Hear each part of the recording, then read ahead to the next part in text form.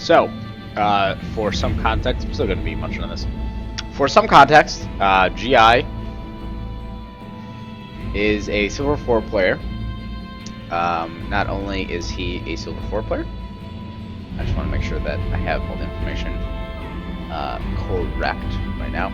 Silver 4 player, when we're looking at his runes and masteries, for this particular match, he had magic penetration marks, he had flat armor seals, flat magic resist glyphs, and flat AP wins. More importantly, when we look at his masteries, it looks as though he played with Thunderlords. And actually, can we, just for the sake of argument, go ahead and add this window here.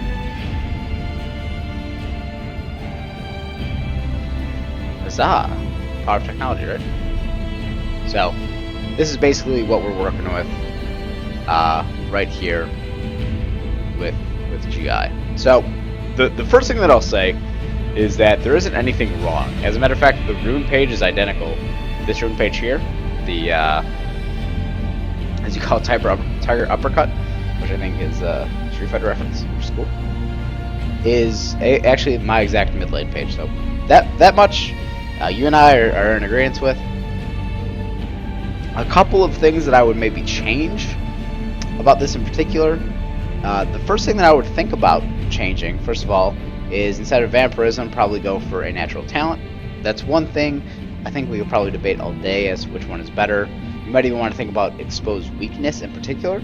That just think about it from the perspective of, yes, feast will help you live in lane and help you survive every 25 seconds. You get 20 health. But exposed weakness will give you 3% more damage to your allies when you're in those battles. This here, Savagery versus Wander, I think Wander is probably better, just for the sake of you actually using Destiny as Twisted Fate to get across the map. Secret Stash makes sense. I would go with Mercilessness, just so that you have the increased damage dealt to champions below 40% health. You don't really need to worry about mana regen because you have blue card. Right here, Dangerous Game makes sense. I would also say that Precision would probably be the better pick for you, just because TF with his auto attacks and his E in particular, in addition to his actual throwing of the cards and his spells, all are based on Magic Pen. So that scaling Magic Pen essentially each level, plus looking at the runes that you have as well, and Thunderlords. So pretty standard stuff. Just wanted to give a quick rundown as to what it was that you're running with, and we'll just go into the game.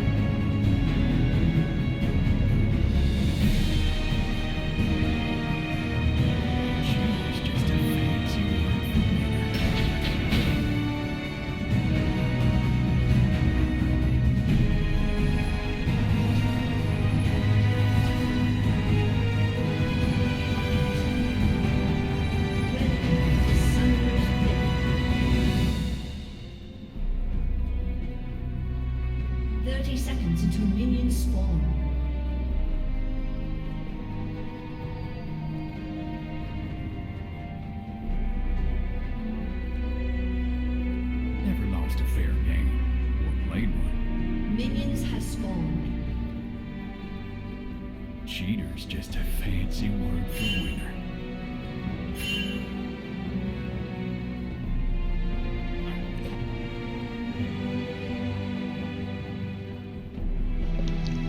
Before I actually get into a game, I think about the matchup that we're in, right? And one of the first things that I think of with this matchup is, what tools do I have? Fair warning, I fed super hard. That's okay. We'll figure out sort of why and what you could have done differently. One of the things that we're trying to figure out first and foremost is, what does your kit allow you to do versus what does your opponent's kit allow them to do?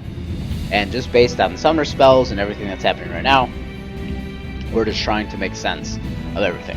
So as Twisted Fate, you have the ability to lock him in place, but he also has the ability, so you have the ability to lock him in place with your pick a card, and then you have the ability to farm from afar with wild card, and then you have Destiny, which is your ultimate to travel across the map in addition to Wanderer, so you should have a lot of global presence. That's what I'm expecting from every Twisted Fate that I see. Not that you're going to win lane and kill everybody, because you actually decide to go with Flash and Ghost, which I'm perfectly fine with. Seeing that right there, Flash and Ghost, makes you think that you're going to go for Boots of Lucidity early, but we'll see. Flash and Barrier were fine, Flash and Heal were fine, Flash and Teleport, it's just how it is that you're going to want to be across the map. I will say that one of the more frustrating things to play against TF with is a Flash Teleport, just because they're in base, you don't know where they are, they Destiny into your lane, they kill you, then they teleport to the top lane, and then they kill you again, or kill someone different. So that's what you have. We know what your kit entails, and we know that Samsung White Talon, the coolest skin that they have, his kit is basically designed to kill people like you. And that's not even just the use of his Shadow Assault, but that's the use of his Cutthroat, which he used to silence you, now he just teleports behind you, slows you down.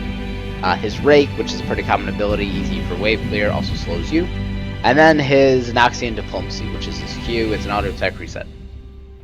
So most people, like we see here, will go ahead and level Rake first. And we're going to watch, let's slow this down to regular speed, we're going to watch as how this unfolds. Now, the first thing, and you're doing this right as I'm saying it, the first thing that I want to know is, can you lock in cards when you intend to lock in cards? Now, for our purpose, and look how sort of wonky that card looks, right? For our purpose, what we're trying to figure out is, can you do enough damage at level 1? So yeah, when you go ahead and you pick a card, right, 40 mana cost, and you fund that mana cost, you restore 50 mana with the use of blue card. So you don't necessarily need the first card that you lock in. I would go for a red card. Allows you to split a little bit, allows you to put some pressure on Talon, especially if he's playing back. You could actually hit one of the minions and do some AoE damage to him. But that's a nitpicky thing overall. We're just seeing a pretty standard exchange. You're going ahead, you're getting some last hits. So far, so good. The one thing that we're seeing in terms of overall space, and this is a minion to minion battle, you have 3 caster minions left. To his 3, they're a little bit lower, and then there's 1 melee minion. So they have the minion advantage, but if we actually go back really quick and we play this out, look at each time that you attack, how far back you sort of go. Now the one thing, since both of you are running Thunderlords, that you need to think about is that you can, at level 1 especially, proc your Thunderlords early and wait for Thunderlords to come off of cooldown. So he might be able to rake you, and you'll take a fair amount of damage. That's okay. You have flat armor, you're going to be fine. But you can start picking a card, auto attack, red or gold card to either slow him or stun him, third attack, all of a sudden you have a pretty substantial lead as Twisted Fate. Now again, we're not going for home run plays. You don't have Ignite, he has Ignite. Instead, we're just trying to make his life a living hell. Now let's say he kills you, you say you fed super hard. Let's say he kills you, then in that particular circumstance, you're going to use wild card to just farm from afar, use a blue card to stay in lane, and things like that. But let's just sort of watch this through. We see that you're allowing him to basically auto-attack the minions as much as he wants. You're going to want to use your ranged attack to be able to attack him. So right here, when he's going in for this back minion, you're just going to give it to him because you get this CS. But now we see that he's going to go for this minion right here. This might be a good time to get one auto attack off and back off. So let's say one auto attack there. We know, because you'll be positioned somewhere in this range to have hit him in the first instance, that you're going to want to hit him a second time. And this time, you might even want to go for a card. Okay. But usually what we'll see happening, especially for the purposes of Thunderlord, is going for a wild card, hitting him, and here I imagine he's going to rake. Yep, there's a rake. And see, that's the amount of damage that you're dealt. So you're dealt 80 damage from his rake. If that would have happened at the very beginning, when you were trying to proc your Thunderlords, you would have done however much the red or the gold card would have done. For our purposes, that would be a pretty substantial amount of damage, plus the ability to actually proc Thunderlords. So we're just seeing this. There's one auto attack off. You're starting to get maybe a little bit confident. You're going to lock in a red card here, clear out the wave. Everything is pretty standard thus far. There's one auto attack. You're going to get level 2 right off this next minion. There we go. And you level up your Q. Hopefully, yep. There we go. There's the Q.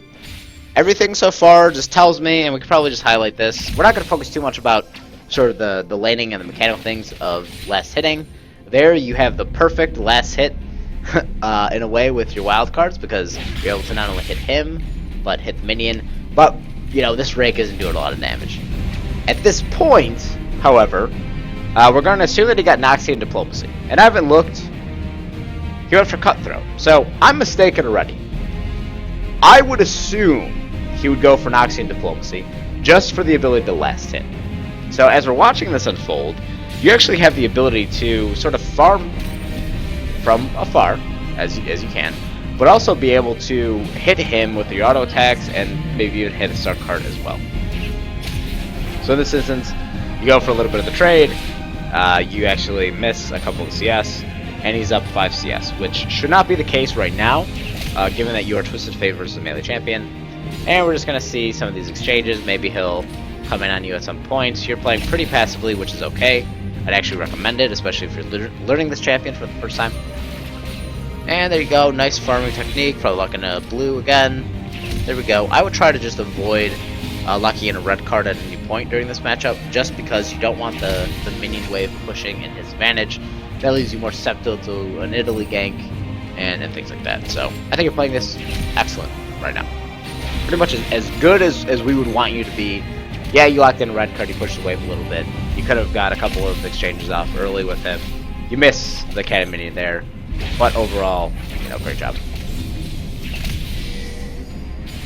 We're watching this. We're just gonna kind of skip forward a little bit. And level 6 or approaching level 6 is where a lot of this will get interesting. And you last hitting the minions with your cards is something that you're gonna have to learn over time. But I think overall you're gonna be okay with it. It's just a lot of practice, which you'll be fine at. So we're waiting for the big question. When is Talon gonna kill you? Because we're assuming he's gonna kill you. You both were that top side. You see that Kindred is fighting Italy, or probably gonna fight Italy. And at this point, we see the first point of contention. You are level 6, but you as Twisted Fate don't have much to do other than roam, given you're level 6.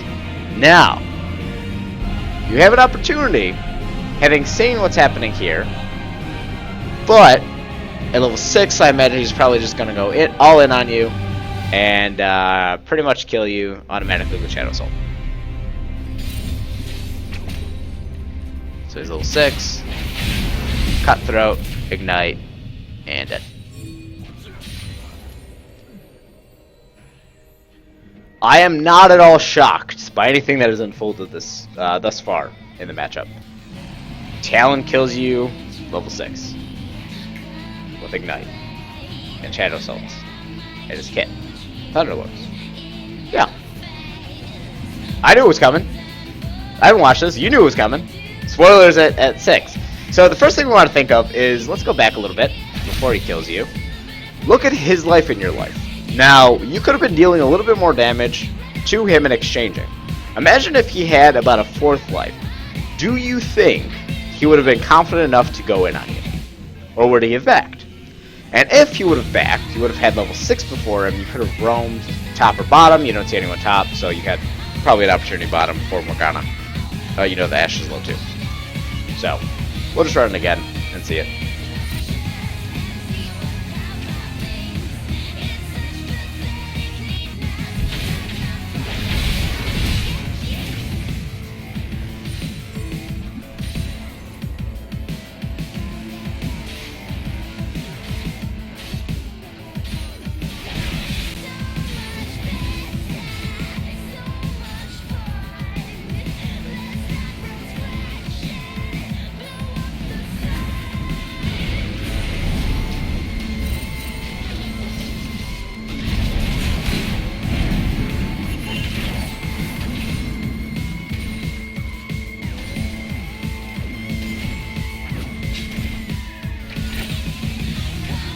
So one thing that I'm seeing already is you identified that, you know, bot lane is probably pretty ample for you to come gank or at least come help support. You start running through your jungle toward bot lane. all of this is really great. There are a couple small tweaks that we can make early on, but for the most part, pretty good.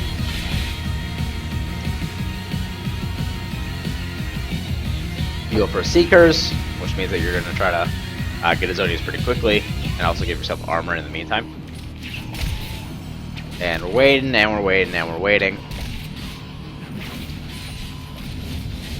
And we're waiting, and we're waiting, and we're waiting. And what I would be doing here is making two really quick mental notes. Mental note 1. Your jungler hasn't showed mid yet. And that is pretty expected from a soon-to-be Devourer jungler.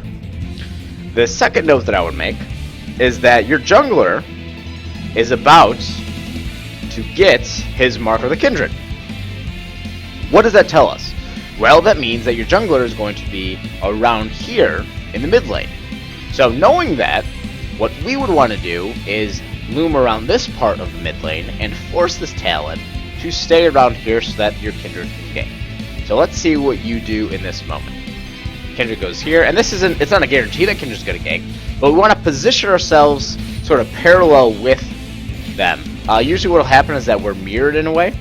So if you hang out on the bot side here, unless they're really aggressive and they have a huge advantage, they'll probably hang out on the opposite side. So if you hang out here, they'll hang out here. Right now you guys are pretty much just opposite sides of the lane, but if you go to the other sides, we start to see it.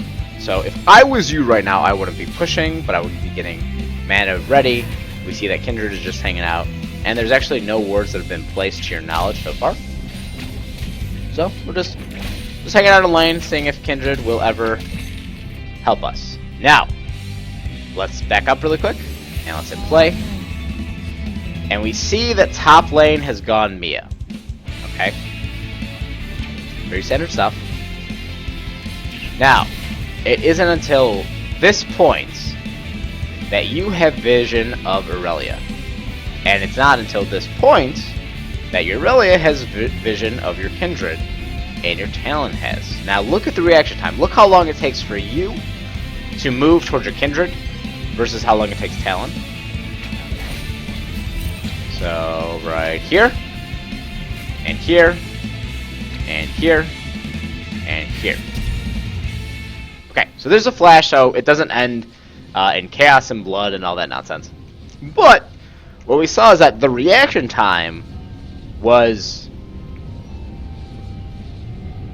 Aurelia goes Mia. Think about it from two perspectives: your perspective and the Talon's. Aurelia goes Mia from your perspective. You don't know where she is, so you have a tool like Destiny to perhaps fish her out if you want to do that, or what you could do is, with her roaming and Nautilus still staying top, you have to move yourself closer to that Kindred, because there are only a finite amount of places that she could be. I don't know if you're keeping track of her teleport, as we can tell here, she has teleport still.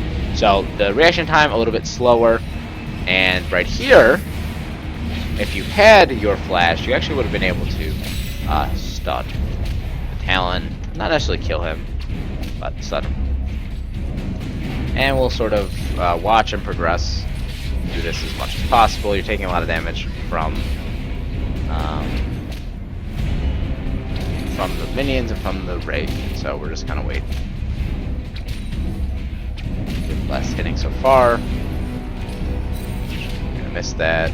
You're gonna miss that, and that one. Okay, so that one, if we want to just look at it really quick, is something that just comes with a lot of experience. This minion here can take 1 tower hit before you kill it. Cannon minions can take 3 tower hits total, depending on your overall attack damage. It depends, so this one can take 1, so you could have waited, killed it, killed this one, so killed the one in the back instead, trying to put pressure here. At that point, you should have locked in the blue card, because this next one is going to kill it.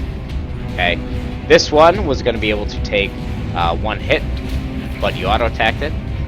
And this one is going to be able to take 1 hit, so you could have theoretically attacked once, let it get hit by the tower, and then attacked again to kill it. But you used your cards. Or you could have let it get hit once, then used your wild cards to clear it out. Now, you have pretty much lost all control over mid lane. Not only have you lost all control over mid lane, but you also have less than half HP, and a very small pool of mana to work with. Now, one of the benefits of having a Twisted Fate Oh, hey Skelly. This is GI's replay. One of the benefits of having a Twisted Fate on your team is that you get to use Destiny and you get to roam around the map. Now, the only things that are visible to you right now are the Nautilus, who's hanging out in this bush for whatever reason, and the Kindred, who is by the red buff. Now, we don't have vision of their Aurelia, who's running back to the lane, but we do have vision of your teammates dying and an Ashe. So, what we would hope to see, I was going to say hypothetically, we would hope to see is that you would try to make a play. But, here's where we run into an issue. Even if you wanted to roam bot, or even if you saw Aurelia come to Kindred, with your Destiny, it would consume your entire mana pool. And you don't even have enough mana right now. You have 118 mana, it costs you 150 mana to use Destiny.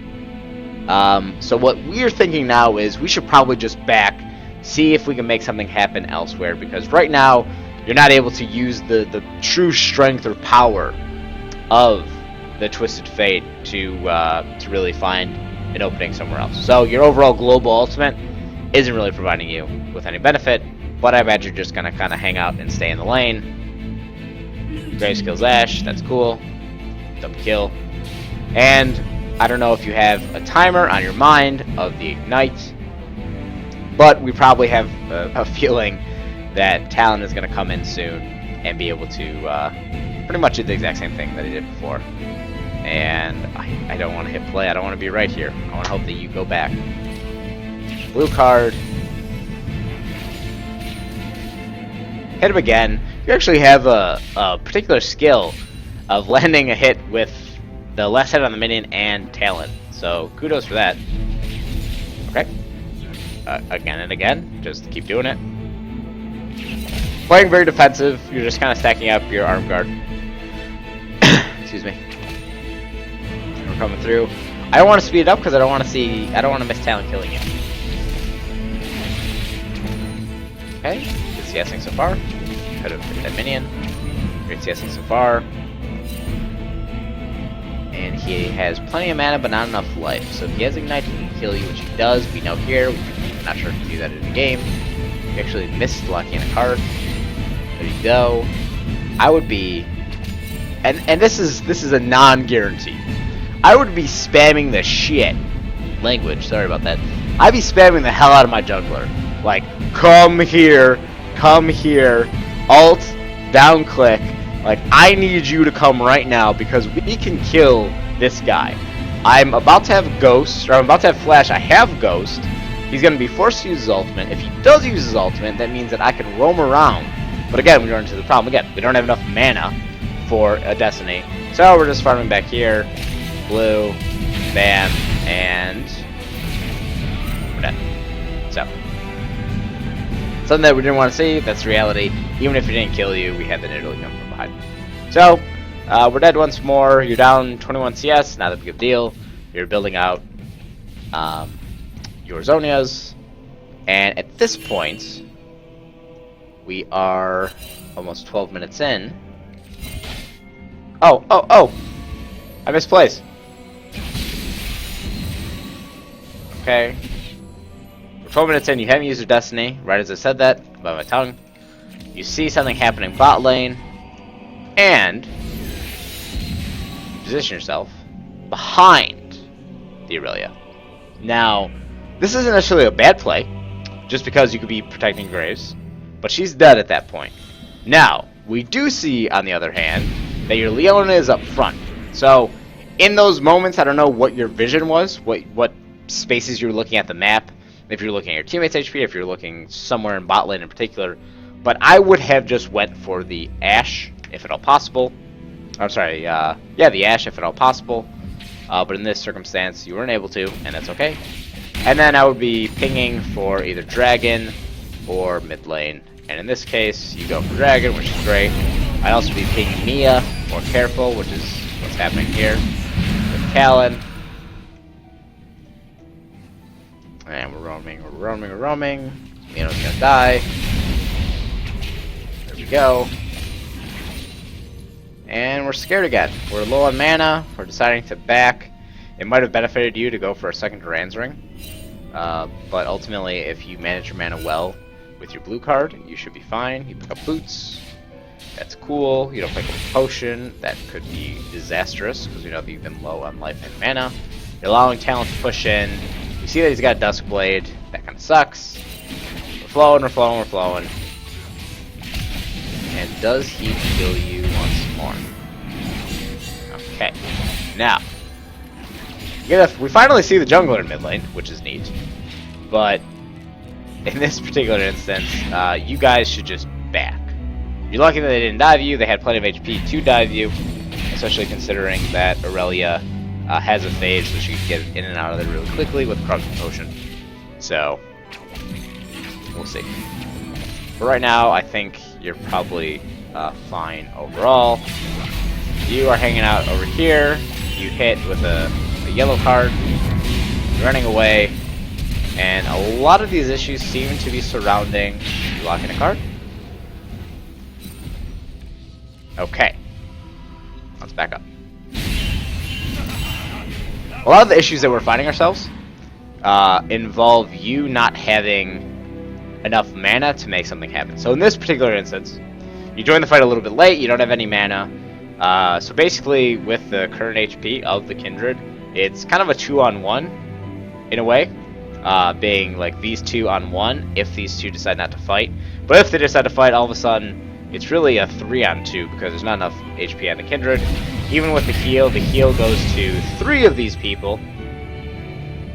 They decide to come in, and you are starting to run away. Now, this is where you lock in the gold card. And this is something that just comes with time, and it's a mechanic of Twisted Fate. If you were to lock in the gold card, you would kill Aurelia, barring any type of flash or any ability for her to get out. We know that she flashed previously. So, if you were to, boom, hit her with the gold card, she would have taken 2 more hits. And instead, you sort of went, loomed around this way, saying Nautilus die, and then you make the decision to come back up, and then back down, and then back entirely. So, that just comes from a lot of game experience. I don't necessarily think that you were wrong for moving away. As I usually say, better safe than sorry, so I think that's fine overall. But we're going to see mid lane go down. Bot lane seems to be doing pretty well overall, all things considered, especially as 6, 1, and 3 Graves. I don't know this build, but that's for another conversation. You're actually not able to get yourself a Zonias yet, which we'll see. For your purposes, and this is something that you don't necessarily need to do, and some players like it, some players don't, I would go second item Duran's Ring for you on Twisted Fate, just to make sure that your mana pool is coming through. Let's look at maybe 1 or 2 other instances, because I don't want to overwhelm you with total information. If we actually back that clip up really quick.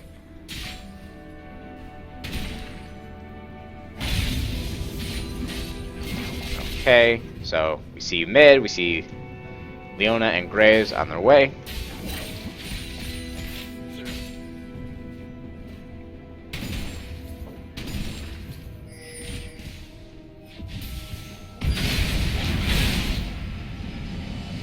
So, unlike how Talon's been treating you, he can't insta-kill Graves. Barely lives, but he can do it.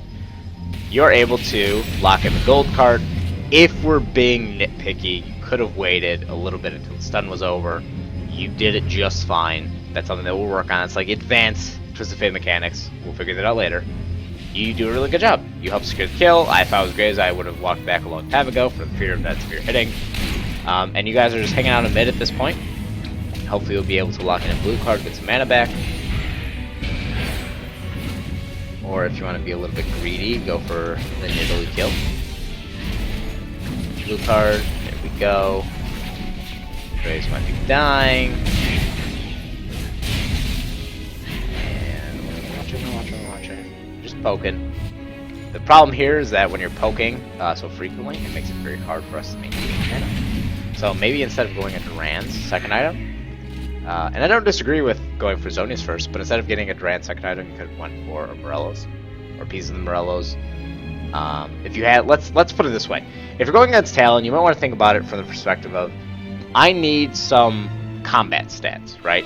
And so those combat stats might be you getting Morellos, or you getting pieces of Zonas. So you might go back at 1200 gold or somewhere around there, get yourself a Seeker's Arm Guard, and then build a Morellos after you build the Seekers, and then build the Zonas. That way you have a little bit of combat stats, but you can actually survive in the lane, farm from afar with your wild cards.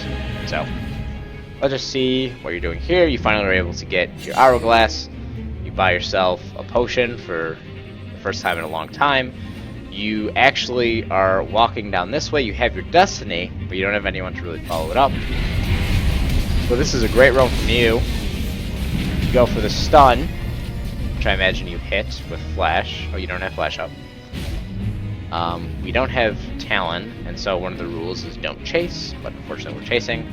We don't know where anyone is, and Nautilus, not a strike against Nautilus specifically, but Nautilus hasn't done much in terms of contributions throughout the game. Hasn't really used his teleport other than to get back into lane, so we're just gonna see what happens here. Your tower's gone, GIJose is chasing, I imagine he's just dead here. You get hit with the stun, you get hit by the snare, and you're dead once more. Okay. So far, 0, 3 and 1. We kind of skip ahead, do a lot of this. Things are happening. You use your Destiny to come in here. You do not lock in a card, but at this point, there's really not much more to lock in. You see that they're being aggressive on the GIJose, and you start to run away. Better safe than sorry. Perfect amount with that. Speed it up a little bit more. You get hit by a coil. That's okay. Now Vision, you lock in a blue card, you use Zonas, and you get killed once more. You don't have your summoner spells, you use Flash. That's fine. That's just a byproduct of you trying to make GIJose, who's a little bit too aggressive. We're going through. Keep watching. We're seeing you really not being able to progress in any items. You're low in CS, you have 80 CS, so that's something that you want to consider. But thankfully, actually, I wonder how much gold you have in total just because of your passive. So you have 5,400 gold, which is lower than their support, which kind of tells us how this game is going. And the Ashe is going for the, I think it was the Blue team double kill. Rocks Tiger. Someone in Korea picked up the Hurricane Rage Blade, but that's not here nor there. Going around, you're sort of clearing out the wave. You haven't gotten the mid tower. You're sort of pushing here. Pushing. Barely dodge the Ashe arrow.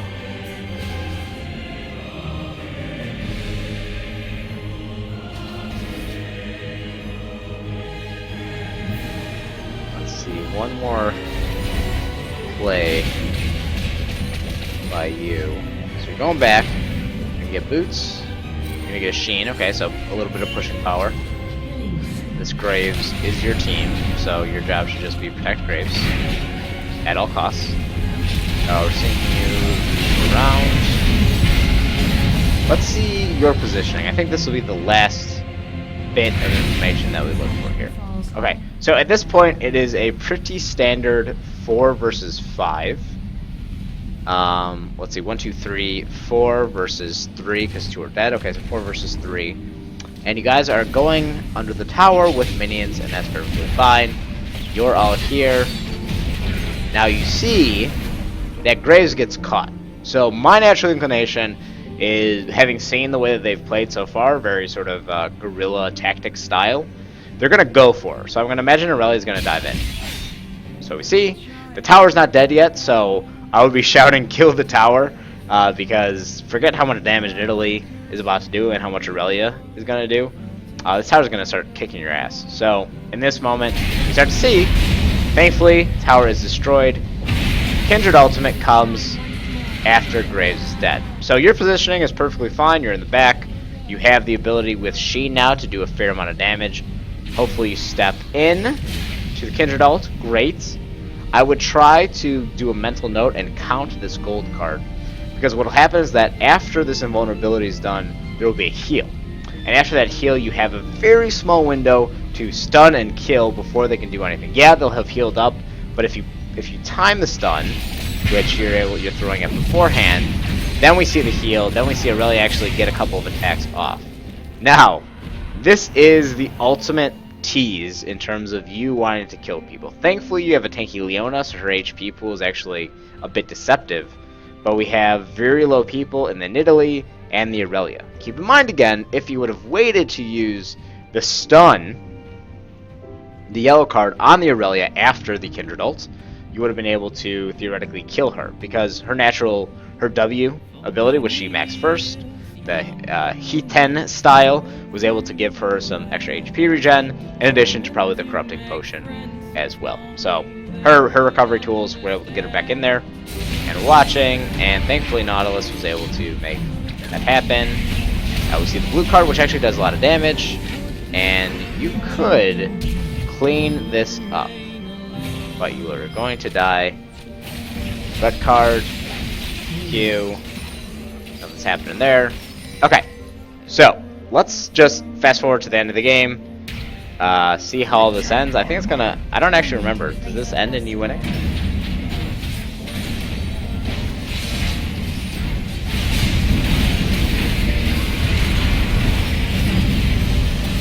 Leona goes deep, you guys start fighting under tower.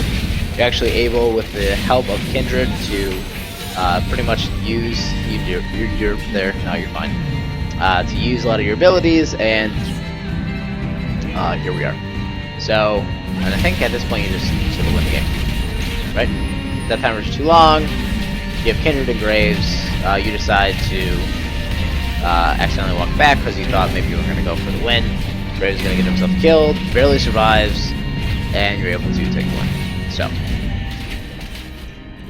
overall grade I will give you. So, you managed to end the game 3, 5, and 12. Overall grade I'll give you, which is the same grade that I give most people, is a 9.5. And the reason I give you a 9.5 is not, I'm not comparing you to every other Twisted Fate in the world. I'm not comparing you to me, I'm not comparing you to Bjergsen, I'm not comparing you to Reginald, TSM owner. Instead, what I'm doing is I'm trying to figure out, of the things that I saw, were there terribly glaring mistakes that you sort of made over and over again, and if not, what were the things that you did well, and what are the things that we can improve on? So, I would say the 2 to 3 things that come to mind first to improve on. The first one is more of a matchup concern, because when we saw what was happening in the middle of the game, right before level 6, was that we knew that Talon hadn't used Flash or Ignite. We knew that he had access to all of his spells, and the second that he gets level 6, he has Shadow Assault. And given the HP pool of Twisted Fate, you're relatively squishy, even with the Duran's Ring. You don't have Azonias, you don't have anything to protect yourself, you don't have a QSS, you really have nothing. So, as a result of that, we're just going to assume he's going to jump in and kill you. And that's going to be the case with Cassidy. I actually recorded a video earlier today of me as Cassidy against Twisted Fate, so I'll upload that and I'll share it with you. So that's the first thing, is that you maybe underestimated the damage of the... Not necessarily underestimated. Yeah, let's go with underestimated. You underestimated the damage of Ultimate Poppy 69, aka the Talon. The thing number 2 is really just a mana concern, and this is something that is mana cycling through the blue card, so that's something that you might want to work on as the Twisted Fate player specifically. So not only is it locking in the right cards at the right time, but using it, we saw an instance, a couple instances where you didn't even lock in a card, maybe because you were too focused on what was happening in the battle and not enough focus on the card. In other instances, maybe you were too focused on the card and not the battle. And especially this particular fight over here, where we saw Aurelia sort of kill the Nautilus under tower, and you walk this way and then started to walk back up and then started to walk away again. So that is just an issue of really committing to the play. Had you have known that you'd be able to hit them with the gold card and kill Aurelia, I'm sure you would have. If someone was whispering in your ear like, hit gold card Aurelia, then you would have probably done it. But we need to get you in the habit of thinking about it from that perspective and doing it. And the third thing is actually just a laning phase idea, and you did a pretty good job of CSing. You finished the game with 134 CS at 33 minutes, which isn't the highest clip in terms of overall CS, but you did really well. But what I would say in this particular instance is try to figure out how you can not only find a way, and this is a very hard balancing act, it takes years to develop the skill, find a way to not only be able to last hit, but also, there's especially with a champion like Twisted Fate, any Zyro people with longer attack ranges, not only auto attack the enemy champion who is melee, but also get the last hits. This dynamic changes a bit when you're going against a champion who is a ranged champion. So let's say it is you as Twisted Fate versus a Lux. You having to go and consistently hit her with your auto attacks is very different than you trying to hit a Cassidon pre-level 6, a Talon pre-level 6, a Fizz, a little bit different Fizz, level 3 or 4, because they could do like Playful Trickster and get close to you and also close the gap pretty easily.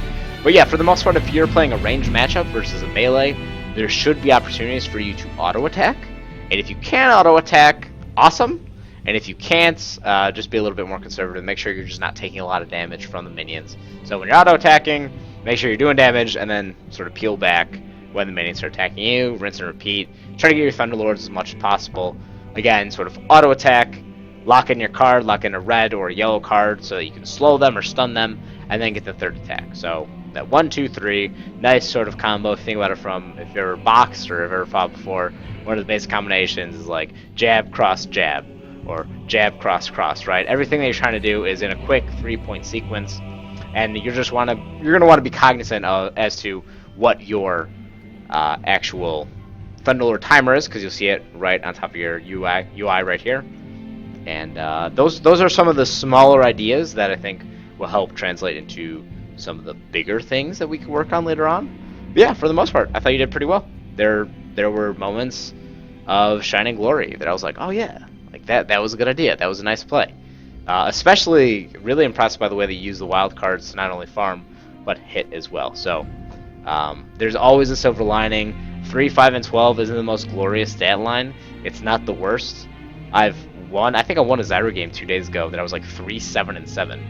Clearly worse than the stat line that you're touting right now, but I was able to make plays. I was able to help contribute in ways that maybe the stat line didn't show. If you just looked at the catalog of all my records and you saw that, you'd be like, this is probably not the best player. But if you actually watch the videos, which is why I recommend doing this, if you watch the videos, that'll sort of help you see what it is that you can theoretically improve on. So, does that make sense? And what questions do you have? And these don't have to be automatic questions. They can be questions that